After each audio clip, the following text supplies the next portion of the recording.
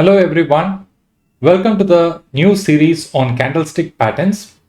In this first video, we are going to cover what is a candle, what is a candlestick pattern, and how to draw them. So that will be the objective of this first video.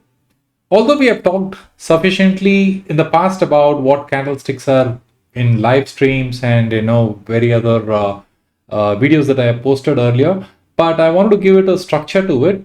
So how I am going to do is first I will introduce the concept, then I will introduce patterns, and towards end of fifth video in the series, I will create a quiz comprising of all the things that we have covered in the 5 videos. I'll make a sixth video that is purely dedicated for quiz. So likewise, it will continue for almost I'm planning for about 50 videos, and that's how it is. And let's get started. What we see here is the charts of Nifty, and the blue line here is called the bar chart, the line chart. The line chart is pretty simple. It's saying that where the market is currently trading, and you see that as we are in 15 minutes time frame. You can see over here 15 minutes time frame. So at the end of 15 minutes where the market has moved, that's all it talks about, right? So it doesn't give you much of an information of what would likely to come next, whether the market is going to go up or it is going to stay in the range or it's going to go down. No clear idea. So there are many other methods through which you can decode the movements, which will not be part of our scope here. The scope is more on the candles. So this is line chart is one of the earliest known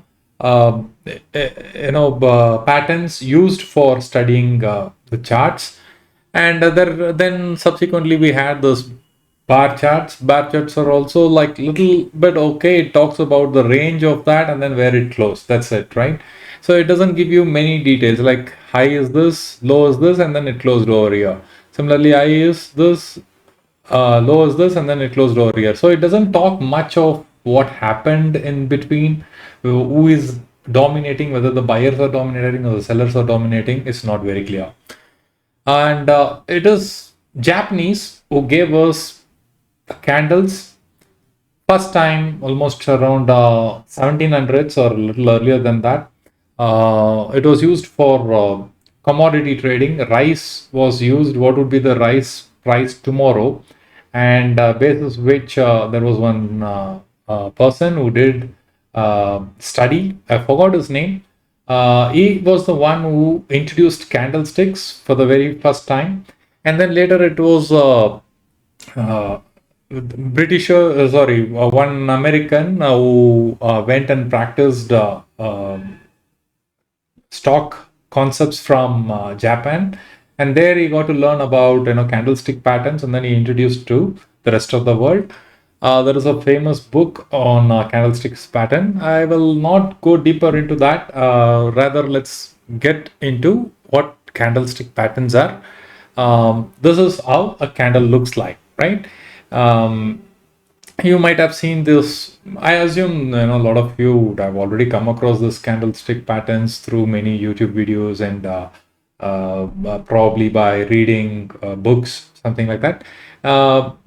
I also assume that there are large audience group in our community who doesn't understand how candlesticks actually work, and then how to read and then use it in real time to our advantage. So let's start from the scratch, and I'm going to talk about candlesticks, what candlesticks are, and how do you read that. And before getting into that concept, one of the first things that you should keep in mind is, as a beginner, you should always study a candle in bare minimum 15 minutes time frame. As a beginner, I would recommend 15 minutes time frame, because if you go for 1 minute, there will be too much of noise, and then almost everything is like no movement at all, right? It doesn't really give us many clue. But if you increase the time frame, the reliability increases significantly. You can read the what market is trying to suggest and throw some cues. You will be able to read much better. So that's the reason I suggest a 15 minutes time frame to start with. Let's get started with what is a candle, right? A candle is far more sophisticated way of reading the market. For example, this is one candle. So if I zoom in and let's focus on this candle, let me make a box. We will give our attention to this.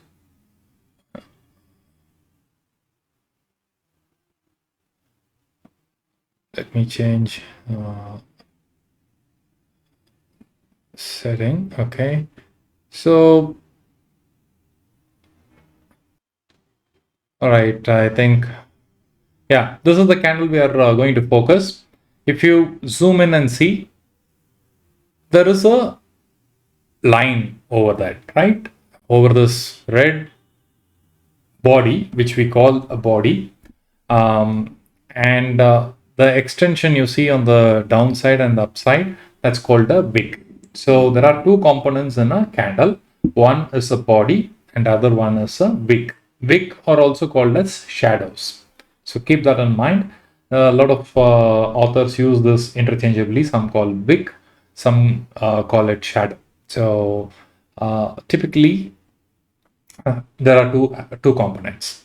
Now, what does a wick indicate? Wick indicates the maximum range in which the index traded in this 15 minutes time frame. So if I have to take a pointer, maybe, yeah. So this particular part is the high that the candle has made. So this is the high. Oh, okay, one moment. So this is the high, right? And you can also see that the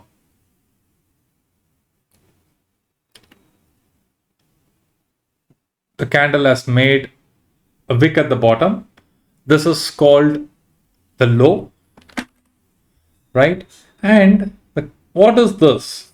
Candle actually opened over here because it's a red candle. There are two types of candle. One is a green candle and another is a red candle. Typically when the open is on the open is more and then the candle ended on a lower side, it becomes a red candle, saying that the market has lost its momentum and then it has come down. So collectively this is called a body, but the open is here and the close is here. So it talks about the range in which the market traded in this last 15 minutes. It contains open, high, low, and close. So there are four components in a candle, right? Is it always necessary that we have the shadows? Just think for a moment. Is it really necessary that you have a shadow or a wick in all the candles? Absolutely not necessary. Sometimes a candle can exist without a wick. When it exists without a wick, it's called a Marboso candle. Okay, so I will talk about it as we go further into the series. But for now, shadow can exist or it not exist, but a body is bound to exist, right? Sometimes the body can be very small, like over here you see the body is very small. However small it is, there is a body, right? So all these are different patterns that we will explore in the subsequent videos.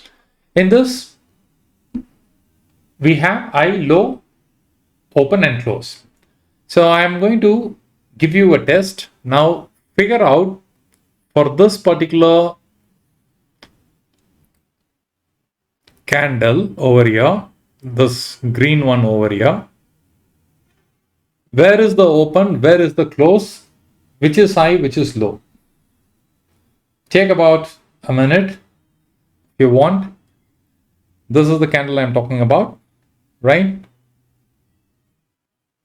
So I'm going to reveal the answer. This is the high. The spike that it has made is the high. And the spike on the downside is called the low. And the market opened here and it closed here. So for a green candle, the open will be at the base and the close will be at the top. For a red candle, the open will be at the top and the base will be the close, right? And there are two components, body and wick. So this is giving us far superior information of volatility. It just didn't talk about where the market closed after 15 minutes. It says what is the volatility, how much the market has moved, and where it has finally settled, and what is likely to follow. So how do we say that what it is likely to follow? This is where the patterns comes into the picture. So a single candle by itself reveals a lot of details. On top of that, if you club two or more candles together, it gives us even higher perspective of what is market likely to do, right? For instance, let me clear this and probably, yeah. For instance, the market has rallied up, correct? And then it attempted to make a new high, and then it got rejected. It closed below the body of this green candle, right? And subsequently, the market took another reversal that took over this, saying there is a heavy rejection at this level. So 22,153 is where the market is finding severe rejections, correct? So you can get more insights about what market is likely to do every time it is trying to reach or cross this level. The say on Tuesday when the market opens, if it again goes up, there is a high probability, I'm not saying it is sure, high probability that it would likely be rejected again, right? So that's how you read a candle. A single candle reveals a lot of information. Clubbing it with two or three more candles gives us higher order perspective of what is market likely to do.